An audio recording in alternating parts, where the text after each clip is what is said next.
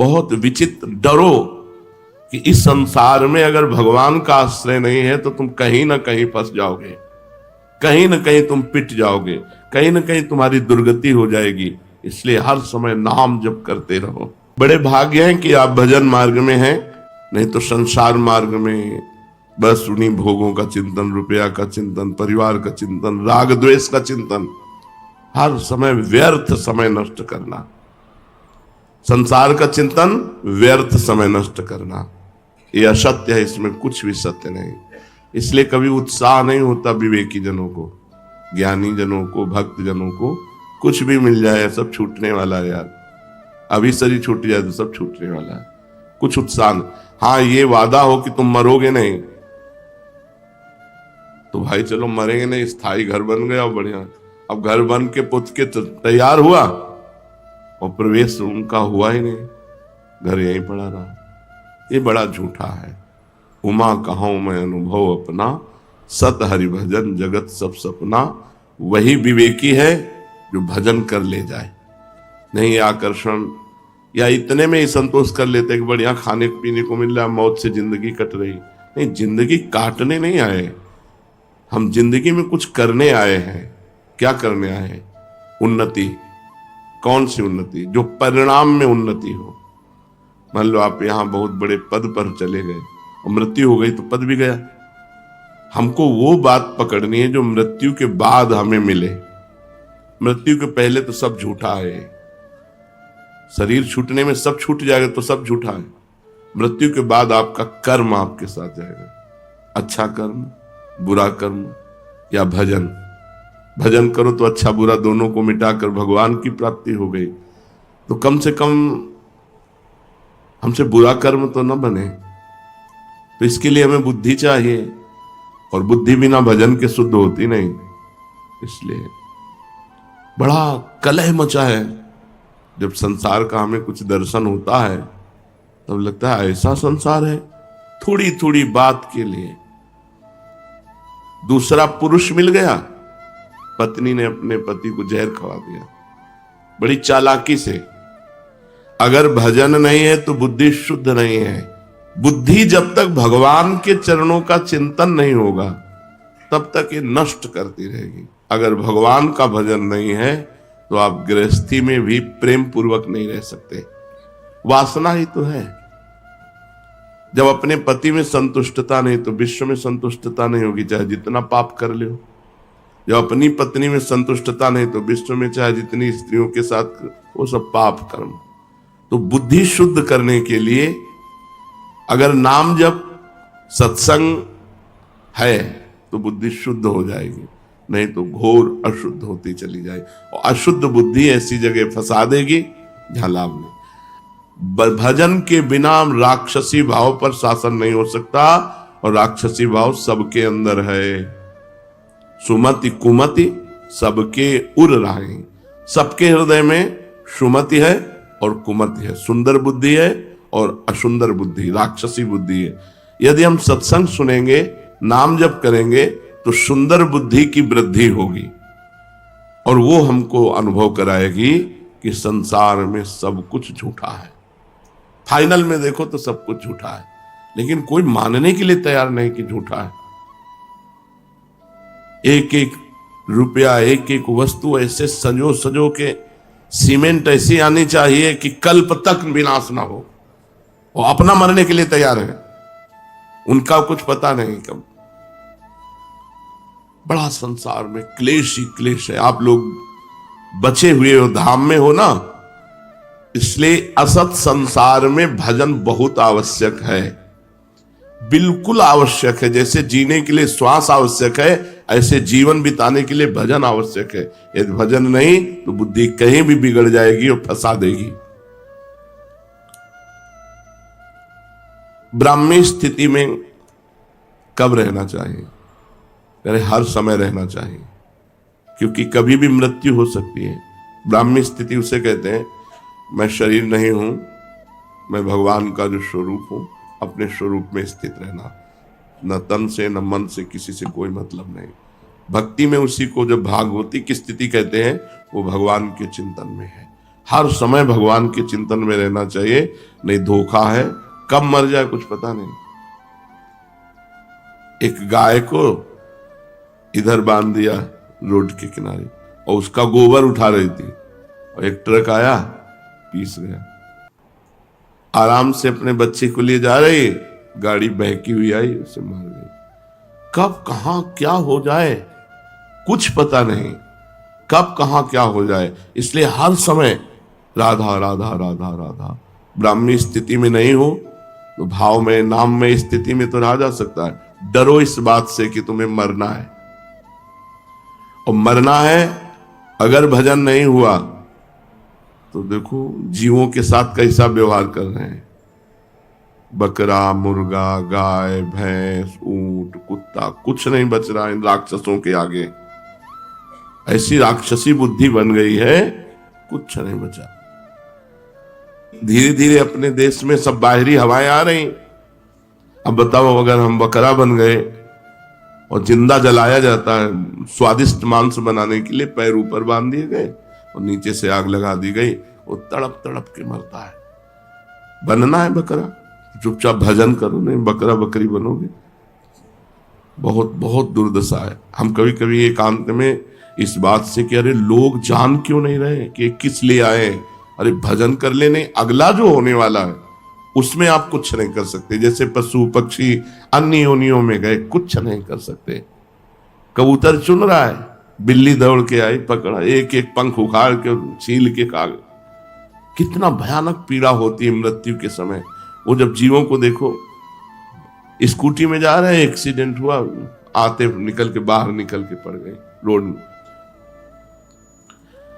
ये दैवी संपदा और आसुरी संपदा कहां रहती है? बोले चित्त में रहती है। जो चित्त वासुदेव का चिंतन करता रहता है, चित्त के अधिष्ठात्र देवता भगवान वासुदेव है, उसमें दैवी संपदा वास करती है। और जो चित्त संसार का चिंतन करता रहता है, उसमें आसुरी संपदा वास करती है। बहुत ध्यान देने योग्य बात है। चित्त का चिंतन नहीं छूटना चाहिए भगवान का। अगर चित्त का भगवान से चिंतन है तो दैवी संपदा जागृत हो जाएगी, और अगर संसार का चिंतन है तो आसुरी संपदा। आज प्रायः लोग प्रश्न करते हैं, बहुत उद्वेगित हैं, चिंतित हैं, अशांत हैं, परेशान हैं। क्यों? क्योंकि संसार का चिंतन हो रहा है। देखो 6 घंटा नींद में सोते हो तो कितना अच्छा लगता है, क्योंकि संसार का चिंतन नहीं होता। अगर जागृत में 6 घंटा संसार का चिंतन छोड़कर भगवान का चिंतन करो तो परमानंद में डूब जाओगे।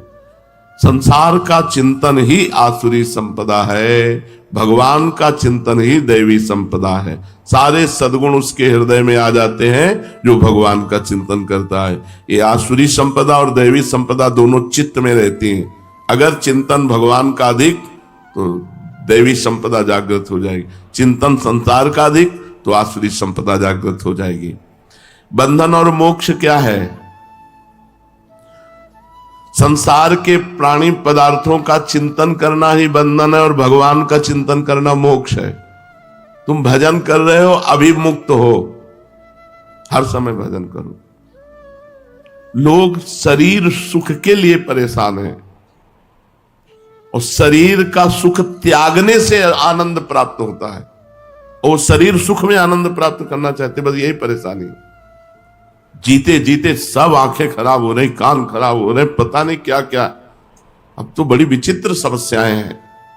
हम सच्ची कहते हैं, हर समय मन इस बात से व्याकुल रहता है कि ये लोग जाने यार काहे को परेशान हो रहे हैं, किसमें समय बर्बाद कर रहे हैं। सबको समझना चाहिए हम आए किस लिए। एकमात्र केवल भगवान की चर्चा, भगवान का चिंतन करते हुए, सांसारिक कार्य करते हुए। बंधन क्या है? संसार का चिंतन। मोक्ष क्या है? भगवान का चिंतन। संसार के प्राणी पदार्थ में ममता ही बंधन है और भगवान के चरणों में ममता मोक्ष है। तो ममताहीन कैसे बने? क्योंकि ममता शरीर में है, शरीर के संबंधियों में है, भोगों में है। कैसे ममता हटे? खूब सत्संग सुनो और भगवान का चिंतन करो, इसी से ममता चली जाएगी। सबकी ममता ताग बटोरी, मम पद मने बांध बर डोरी। भगवान की यदि चर्चा सुनोगे तो सब झूठा लगने लगता है। हम आपको सच्ची कहते हैं, आज तक हमें कभी ये नहीं दिखाई दिया कि ये हमें प्यार करता है। जहां कहीं लगा तो उत्तर में हमने देखा कि वो अपने लिए हमें प्यार करता है, हमारे लिए हमें प्यार नहीं करता। जैसे बहुत रोना धोना कोई करे, बहुत प्यार दिखा रहा, तो मन कहता है आपको प्यार करता है, तो भगवान कहते हैं रुको हम परीक्षा लेते हैं। और जहां उसके प्रतिकूल थोड़ी सी बात हुई, बस उसका चेहरा सामने आ गया, अरे ये तो हमारे, अच्छा ये प्यार था, बस समझ गए प्यार नहीं। वो अपने लिए हमसे प्यार कर रहा है, हमारे लिए सिर्फ हमारे भगवान प्यार करते हैं, हमारी प्रिया जो प्यार करती है, सब अपने लिए प्यार करता है। आपके लिए बहुत बढ़िया जूता लाए हैं, क्योंकि आप जूता पहनेंगे तो हमें पुण्य होगा, हमारे पाप नष्ट होंगे, हमारा मंगल होगा। तो हमें प्यार से जूता थोड़ी पहना रहा है, व्यापार से जूता पहना रहा है। मेरे प्रभु के पैरों में कहीं कुछ लग न जाए, वो भाव ला करके, कहीं सुकृत की बात ही नहीं आई कि पुण्य मुझे कोई लाभ मिलेगा, बात ही नहीं आई, ऐसा कोई नहीं। वो तो केवल भगवान ही है। आज तक हमें समझ नहीं, हमको सब नाटक लगता है। जब कोई बहुत बार देखा है, बहुत बार, हजारों बार, लाखों बार देखा है। अब बचपन से बाबा जी तो कोई तुम्हें थोड़ी श्रद्धा कर रहे हो, लाखों श्रद्धालु मिले, लाखों, ऐसे कि आप देखते रह जाओ कि क्या श्रद्धा है।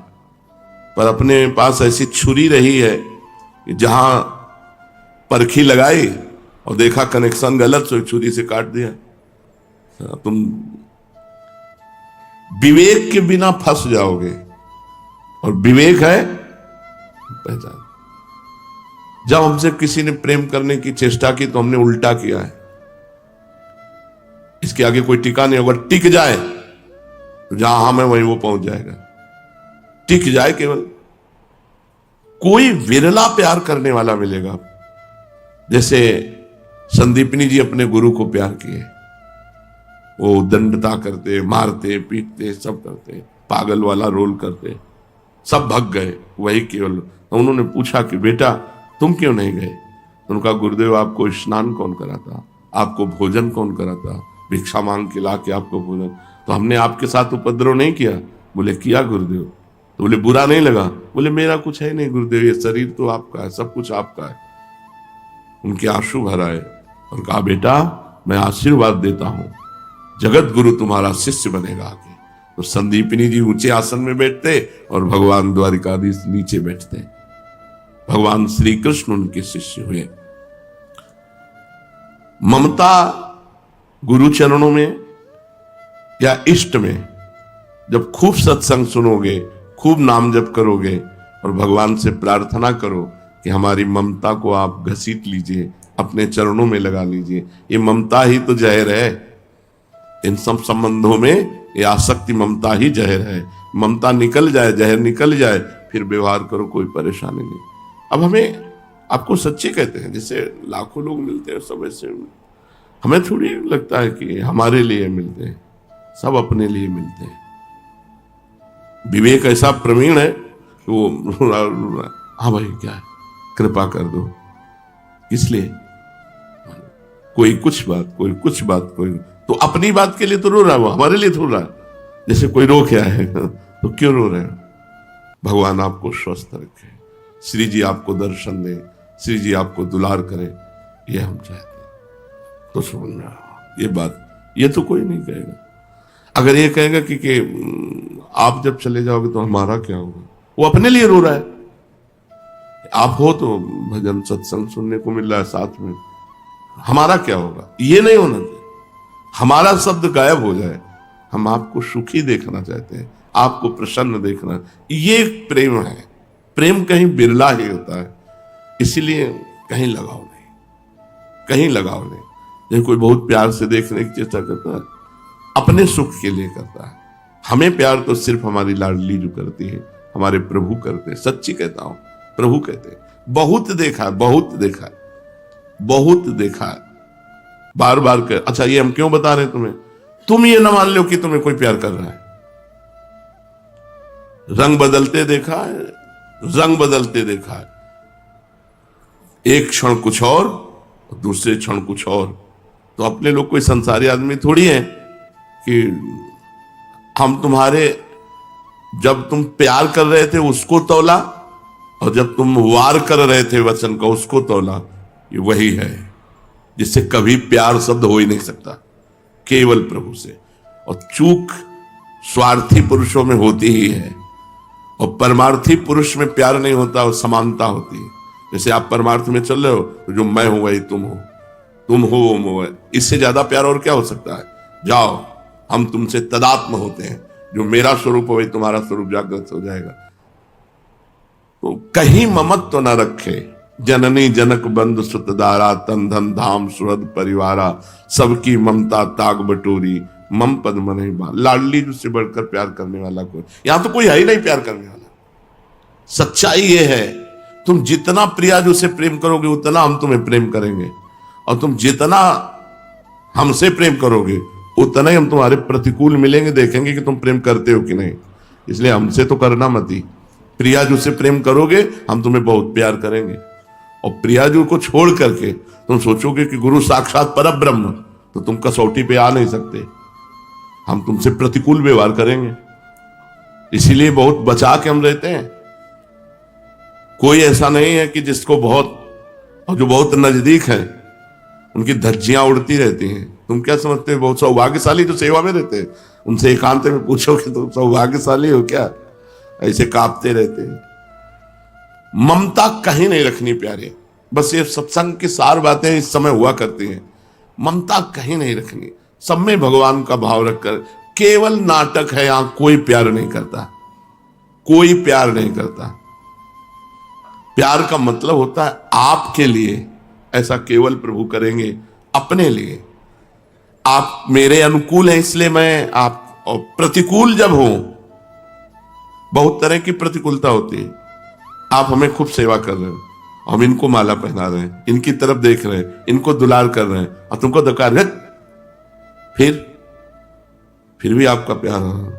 हम तो आपसे प्यार करते हैं, हमारे साथ क्या व्यवहार करते हो हमको इससे थोड़ी लेना देना है, हम आपसे प्यार कर। ये केवल भगवान और भगवान के प्रेमी भक्तों में बात मिलेगी, अन्यत्र नहीं। इसलिए अपने जीवन में किसी से प्यार ना करें, किसी से ममता ना करें, नहीं तो हम संसार में फंस जाएंगे। हिरन में ममता कर ली, प्यार कर लिया तो अगला जन्म हिरन का हुआ।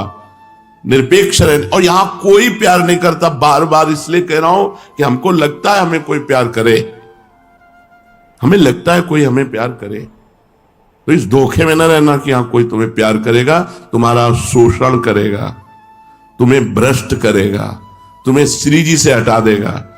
श्री जी से जोड़ने वाला प्यार तो केवल इष्ट और गुरु का होता है। मोक्ष में और भगवत प्रेम में क्या अंतर है? वैसे तत्वता तो कोई खास अंतर नहीं है, पर अंतर रहता है। एक तरंग समुद्र में मिल गई, ये हुआ मोक्ष। जैसे दो चीटा चीनी के बोरे में लगे थे, चीनी कढ़ाई में पलटाई गई तो एक चीटा चीनी के साथ चीनी बन गया, यह है मोक्ष। और दूसरा चीटा बोरे के बाहर लगा हुआ उसका स्वाद ले रहा है चीनी का।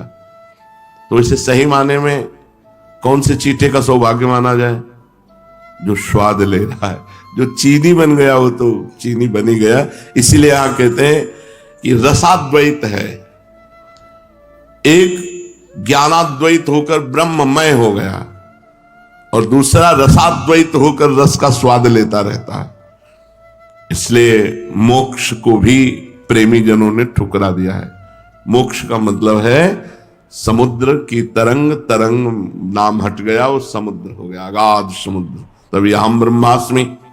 लेकिन भक्तजन अद्वैत रहते हैं।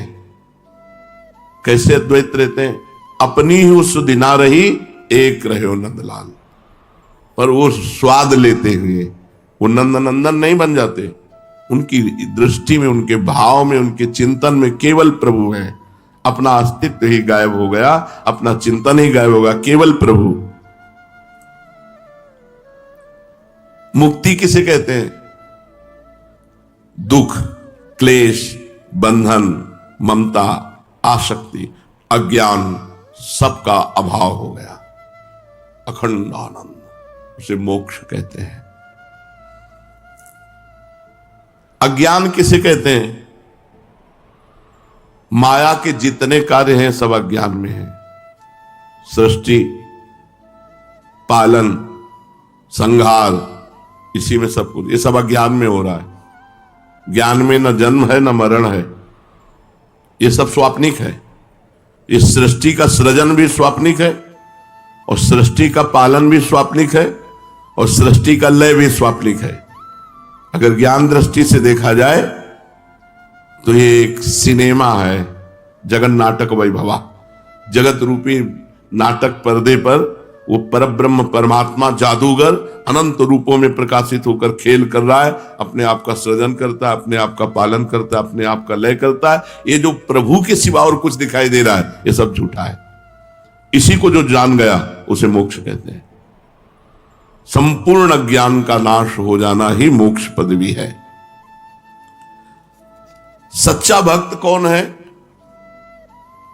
जिसकी भोग वासना नष्ट हो गई है। शरीर भोग, खान पान, नाना प्रकार की भोग वासनाएं, प्रारब्ध अनुसार शास्त्र के सम्मत जो शरीर निर्वाह के लिए खान पान वस्त्र मिल गया, तो उसकी चाह नहीं है। भोगों की चाह का नाश हो जाना ही सच्चे भक्त का स्वरूप है। जाहि न चाही कबहु कछु, तुम सन सहज सने। जिसे कभी कुछ नहीं चाहिए वही सच्चा भक्त है। विवेक किसे कहते हैं?